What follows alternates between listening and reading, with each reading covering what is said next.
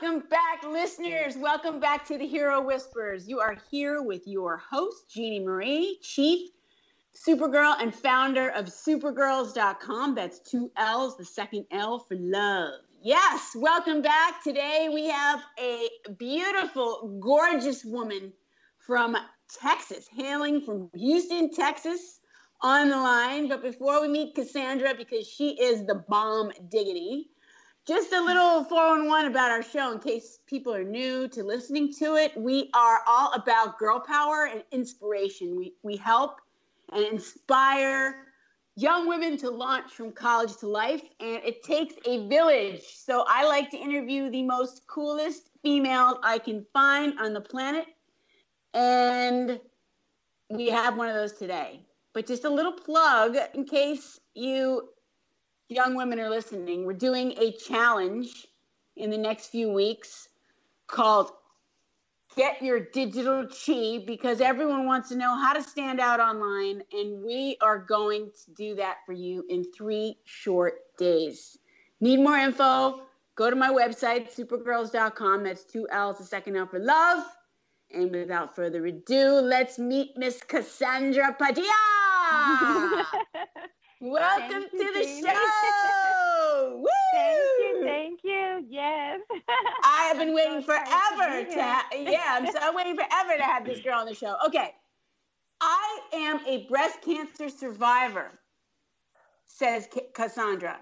I started a nonprofit called the Extramile Breast Cancer Foundation in 2003. After my own personal battle with breast cancer, I started the nonprofit to directly help cancer patients with non-medical expenses such as wigs, transportation, and medications, rent, mortgage, utility bills, etc., etc. I live in Magnolia, Texas, and I have been married for 32 years to a disabled retired Army veteran who served 26 years in the United States Army. Let's give a shout out to him. Woo! Yes. Love that. Woo. Yay! After his return from deployment from serving 18 months in Iraq and Afghanistan, he was injured and was medically retired. So I started another nonprofit organization in 2019 called Keeping America's Promises. The purpose to serve veterans, first responders, and their families. What motivated me was my husband's return from Iraq with PTSD, depression, anxiety, and other combat-related injuries. My organization, Keeping America's Promises, helps to educate and bring awareness to mental health issues and suicide prevention. Our mission is to strengthen relationships and build communities.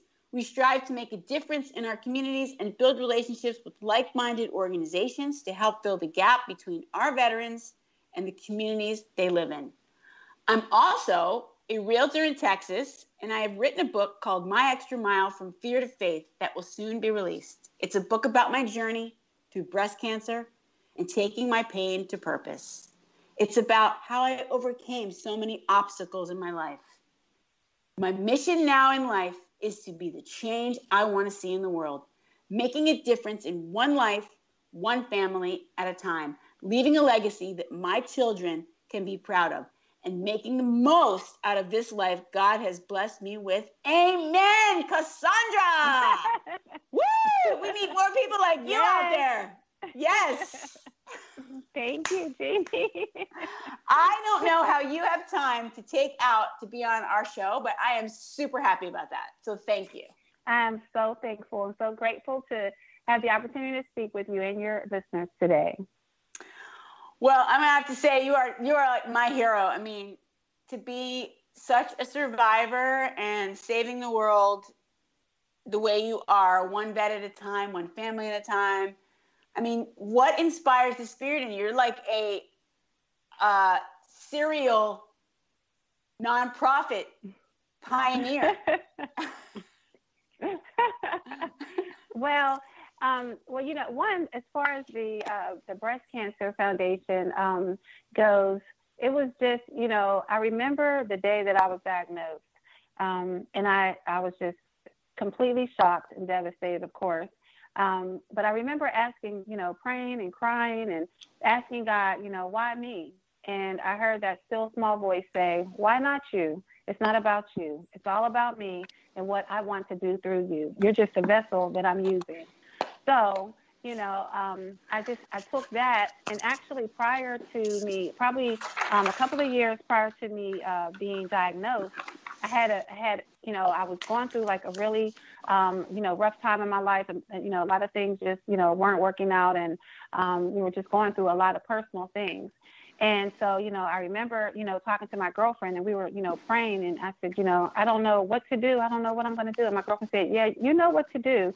You need to pray, And I remember that I said, I'm just tired. I'm just tired. I can't. And so, she prayed with me and prayed over me. And afterwards, I stood up and I saw a vision, which was the first time ever in my life. It just looked like it was just a movie, theater. It was clear, crystal clear as that. And I remember, I stood up, and I have a witness to that because my girlfriend, I spoke it out loud, and I said to her, I don't know what that means. I said, but I think I just saw a vision, and it showed me that I was on stage talking to a room full of women. And so I said at that time, I said, I don't know what this means. And so at the time, someone was trying to get me to sell Mary Kay. And so I said, I think it's that. She said, well, you think it's Mary Kay? Yeah. And I said, no, I don't think it's that.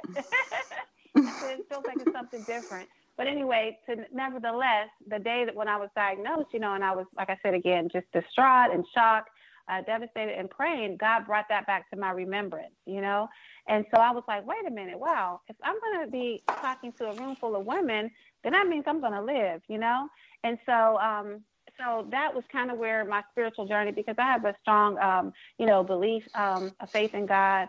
And so I just believe that, when you're going through certain trials and tribulations and things like that, you just need to have something that you can believe in. You know what I mean? Someone and something to believe in, to draw strength from. And so mine happens to be my faith.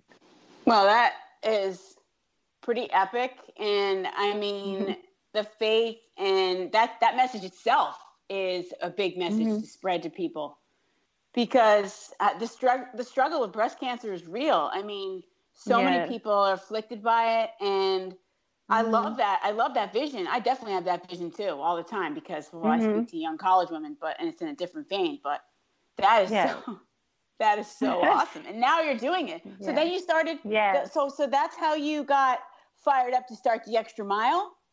How did that come about? That's how I started the Extramile. That's how I started the Extramile, because when I was diagnosed, my husband and I had just purchased a brand new home, literally 2 months to the date that I was diagnosed. And so during those, then immediately after that, I was, diagnosed and wasn't able to work for a year, going through my treatments. And I had some complications with that, chemo. I had, months of chemotherapy, 33 radiation treatments, and I had, some complications with that. So I wasn't able to work for a year. So I said, all this money that they raise for cancer research and all these different organizations that are raising all this money for cancer, and, and I thank God for cancer research, because it had not been for cancer research, I wouldn't be here today. So I thank God for those wonderful organizations and what they're doing. But I was looking for an organization that could help me with, non-medical expenses, such as, my light bill, mortgage or whatever. Your wig, even a wig was $100. You know what I mean? That's expensive when you're not working. And so, and of course, as we all know, stress is at least the last thing you need to be doing. You're already stressed dealing with cancer. You don't need to add other stressors that compromise your immune system even more. And so, I looked for those organizations, and I really didn't find many organizations that, took care of those non-medical expenses. And so that's where the Extramile was founded from. That's where I got the idea. And I started a nonprofit because I wanted cancer patients to just be able to concentrate on getting well and not have to worry about, because there were times literally that I was laying on a radiation table having chemotherapy run through my veins, and I was wondering if my lights were going to be on when I get home. That's a real reality for a lot of cancer patients. And so that's where, we stepped in, and I wanted to make a difference and help, with those non-medical expenses. And so that's what we did. But I love how you just, here you are almost dying from this thing, and you're thinking about other people. You just have some kind of special thing about you that you're always about no matter what's going on in your life, because you certainly have had a lot of hardship in your life personally and your family. Mm-hmm. And I'm so sorry about that, but you've gone through. But what I love about you is like this pain to, how did you say it? Pain to purpose. Pain to purpose. Yes. I take my pain and I turn into purpose, to help others. Because when you help others, you help yourself. So in my healing and in my pain, I look to help others, because that gave me strength and it made me feel better, because we're all here to be of service to one another. I mean, that's what we're here for. Amen, girl. That's our purpose. Amen. I wish more people really felt like that. I mean, especially now with everything going on with the virus. I really do. But anyway, it's great that the people that I know and that I hang out with feel like that, because I think, we attract each other, Yes. I love your energy. I'm so thankful that you're in my life. that I've met you. Yes. I need some of yours. So we're just gonna have a big old hug after this virus is over. Yes.